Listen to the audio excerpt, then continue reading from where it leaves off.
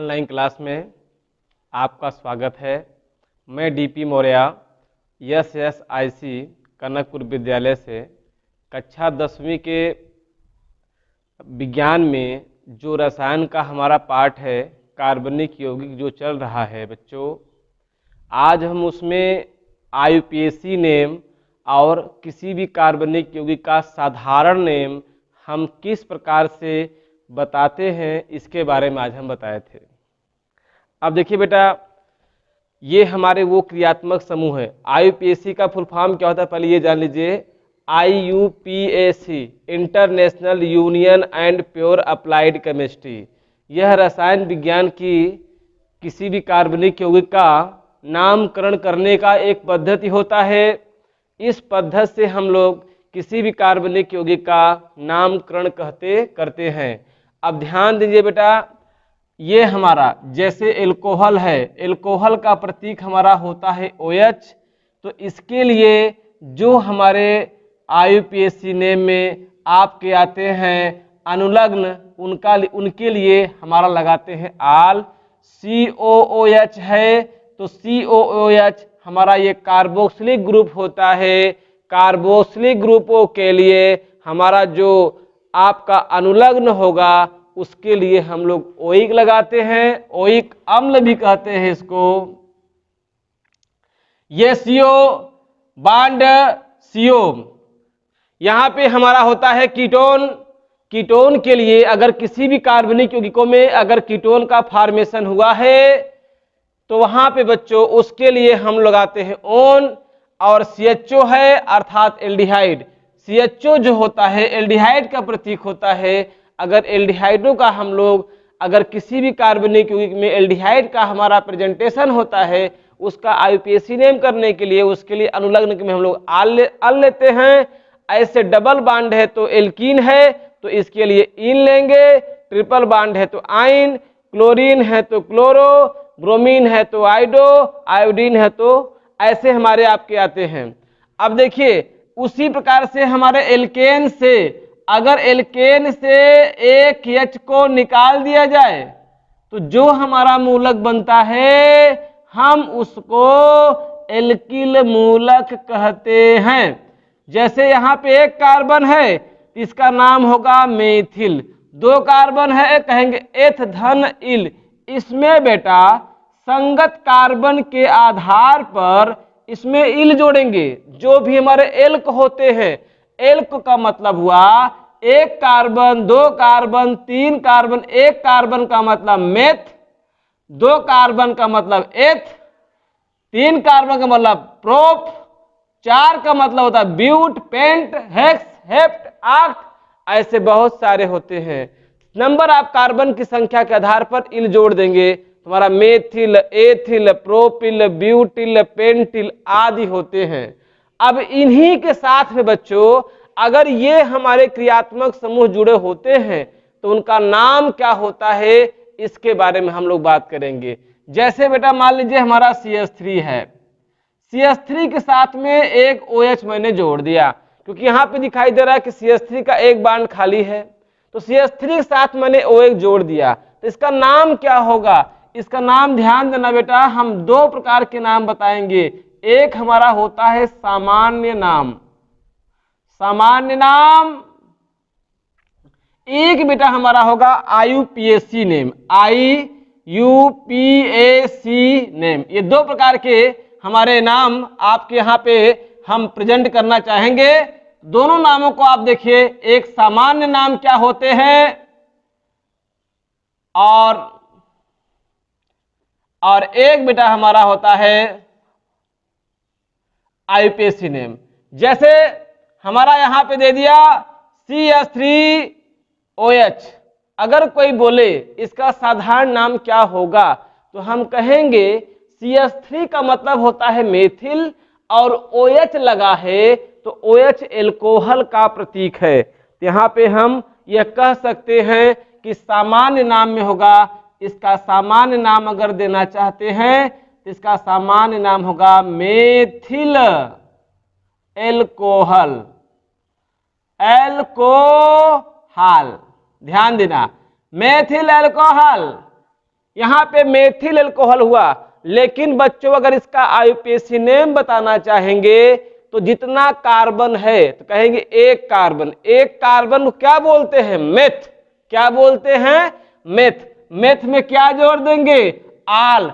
तो हमारा बन जाएगा मेथेनाल। मेथेनाल, ये हमारा क्या बन गया? मेथेनाल।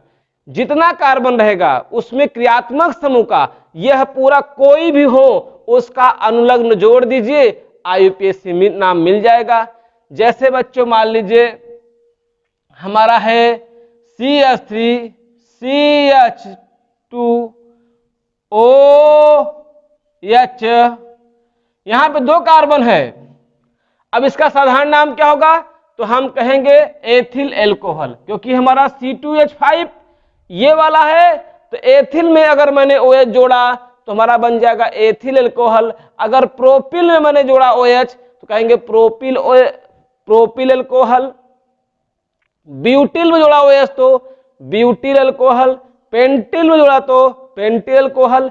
अगर इसका साधारण नाम तो आपने बता दिया, अगर कहता है आईयूपीएसी नेम बताइए तो आईयूपीएसी नेम में जितना कार्बन होगा उसके उस नाम में हम लोग क्या करेंगे कि उसके सापेक्ष उसका अनुलग्न जोड़ देंगे। 4 कार्बन है ना, जैसे मान लीजिए यही 4 कार्बन है, मैंने 4 कार्बन ले लिया, सपोज करिए 4 कार्बन ले लिया या 3 कार्बन, 2 ही कार्बन लिया, जितने भी लीजिए आप। 4 कार्बन हमने कहा, 4 कार्बन ले लिया, 2 कार्बन ले लिया, 3 कार्बन ले लिया, जो भी लीजिए, मैंने 4 कार्बन लिया वही लगा दिया। इसका आईयूपीएसी नेम क्या होगा?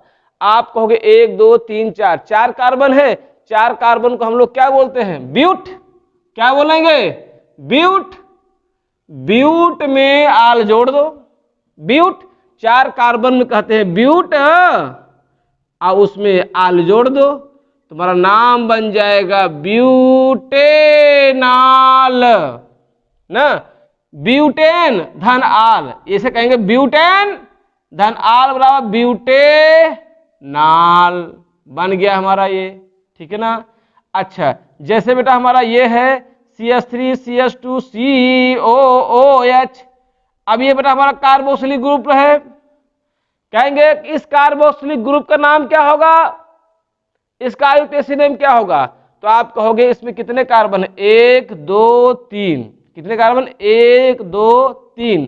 3 कार्बन को हम लोग क्या बोलते हैं? प्रोपेन। क्या बोलते हैं बेटा हम लोग? प्रोपेन। प्रोपेन में क्या जोड़ देंगे? Oic.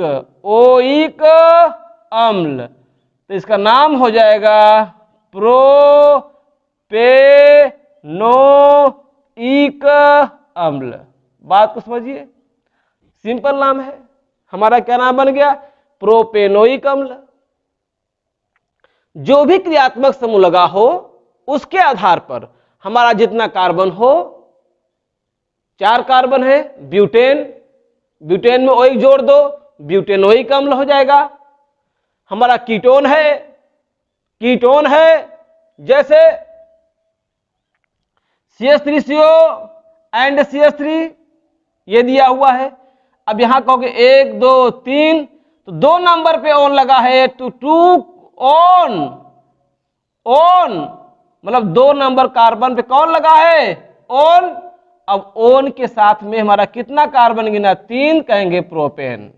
2 one propane, 2 one propane, या इसी को हम लोग कहेंगे methyl methyl di methyl ketone. साधारण नाम क्या हो जाएगा? डाई मेथिल कीटोन हमारा हो जाएगा। ऐसे हमारा बेटा एल्डिहाइड आ गया, आपको दे दिया CH3 CH2 CH3 CHO। अब इसमें कोई आपसे पूछे कितने कार्बन है हमारे पास, तो हम कहोगे 1 2 3 4। 4 कार्बन का मतलब ब्यूटेन, हम बिना सोचे बोल देंगे 4 कार्बन है, कहेंगे ब्यूटेन, ये ब्यूटेन हो गया। अब ब्यूटेन में क्या जोड़ देंगे? अल, तो हमारा नाम हो जाएगा, इसका आईयूपीएसी नेम बनेगा ब्यूटेनल। क्या नाम हो जाएगा? ब्यूटेनल। कोई दिक्कत नहीं है। ऐसे ही बच्चों किसी भी कार्बनिक यौगिक का जो क्रियात्मक समूह हो उसको आप देखिए, और how many numbers of carbon, जितने कार्बन हो उसको कार्बन को देखिए। हमारा कार्बन की संख्या देखने के उपरांत हमारा जो भी नाम होगा आप बता सकते हैं। जैसे देखिए हमने कहा कि अगर कोई पूछता है कि इसका IUPAC नेम बताइए, मत सोचिए, एक कार्बन, दो कार्बन, तीन कार्बन, तीन कार्बन प्रोपेन का होगा ना, प्रोपेन, और क्या लगा है क्लोरो, तो बोल दो कि 1 क्लोरो प्रोपेन या 1 क्लोरो प्रोपेन, कोई दिक्कत नहीं। अगर ब्रोमीन लगा है तो 1 क्लोरो ब्रोमीन, अगर आयोडीन लगा है तो 1 ब्रोमो प्रोपेन।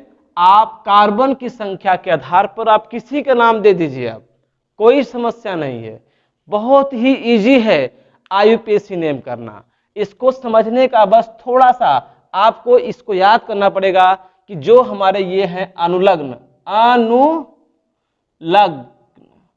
अनुलग्नक जो है अनुलग्न, ये अनुलग्नक के माध्यम से जो लगा होगा, कितना कार्बन है, 4 कार्बन है ब्यूटेन, 5 कार्बन है पेंटेन, 6 कार्बन है हेक्सेन, 2 कार्बन है एथेन, 1 कार्बन है मेथेन, जो भी रहेगा उसमें उसका अनुलग्न जोड़ दीजिए, हमारा IUPAC नेम कंप्लीट। कोई समस्या नहीं मेरे पास।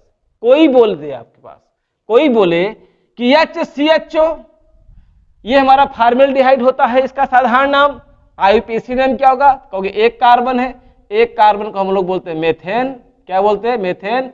ये बेटा हमारा CHO है, CHO के लिए क्या लगाते हैं अल, तो जोड़ देंगे अल, तो नाम बन जाएगा मेथेनल। कोई डाउट, कोई डाउट नहीं है, कोई टेंशन नहीं है। आप कहते हो फार्मिक अम्ल COOH, इसका क्या होगा, आप कहोगे इसमें कितने कार्बन है, एक कार्बन, कहेंगे मेथेन, मेथेन में क्या जोड़ देंगे कहोगे आल, तो क्या बन जाएगा बेटा हमारा आल नहीं ओइक, सॉरी क्या जोड़ेंगे ओइक, क्योंकि ये वाला CHO है, ये वाला बांड है, ये CHO COOH ओइक अम्ल, तो ओइक अम्ल। अगर इसमें ओइक अम्ल जोड़ेंगे तो बनेगा मेथेनोइक अम्ल। मोटा, कोई समस्या नहीं है, जितना नंबर ऑफ कार्बन हो उसका नाम दे दीजिए, और जो क्रियात्मक समूह दिया हुआ हो उसको आप लिख दीजिए, उसका जो अनुलग्न है। कभी भी आपका IUPAC नेम गलत नहीं होगा अगर उसमें केवल एक क्रियात्मक समूह है तब। याद रखिए कि इस प्रकार के हमारे जितने भी कंपाउंड होते हैं, आपकी परीक्षाओं में अक्सर पूछता है कि फला यौगिक का IUPAC नेम बताइए, फला यौगिक का IUPAC नेम बताइए, तो हमको घबराना नहीं है। जो क्रियात्मक समूह है हम उसका अनुलग्न याद रखेंगे और देखेंगे कितना कार्बन है। अगर 4 कार्बन है कहेंगे ब्यूटेन। अब ब्यूटेन के आधार पर हमारा चाहे जो भी क्रियात्मक समूह उसके साथ लगा होगा उसका नाम दे दीजिए, हमारा कोई गलती नहीं होगी। कभी आपका इस मतलब गलतियां हो ही नहीं सकती हैं, एग्जैक्ट एकदम परफेक्ट IUPAC नेम करेंगे आप लोग। इसको आप लोग प्रैक्टिस करिएगा अपने बुक से, और फिर जो है अगली क्लास में हम लोग फिर मिलेंगे कैसे ये सभी हमारे कंपाउंड्स प्राप्त होते हैं। धन्यवाद।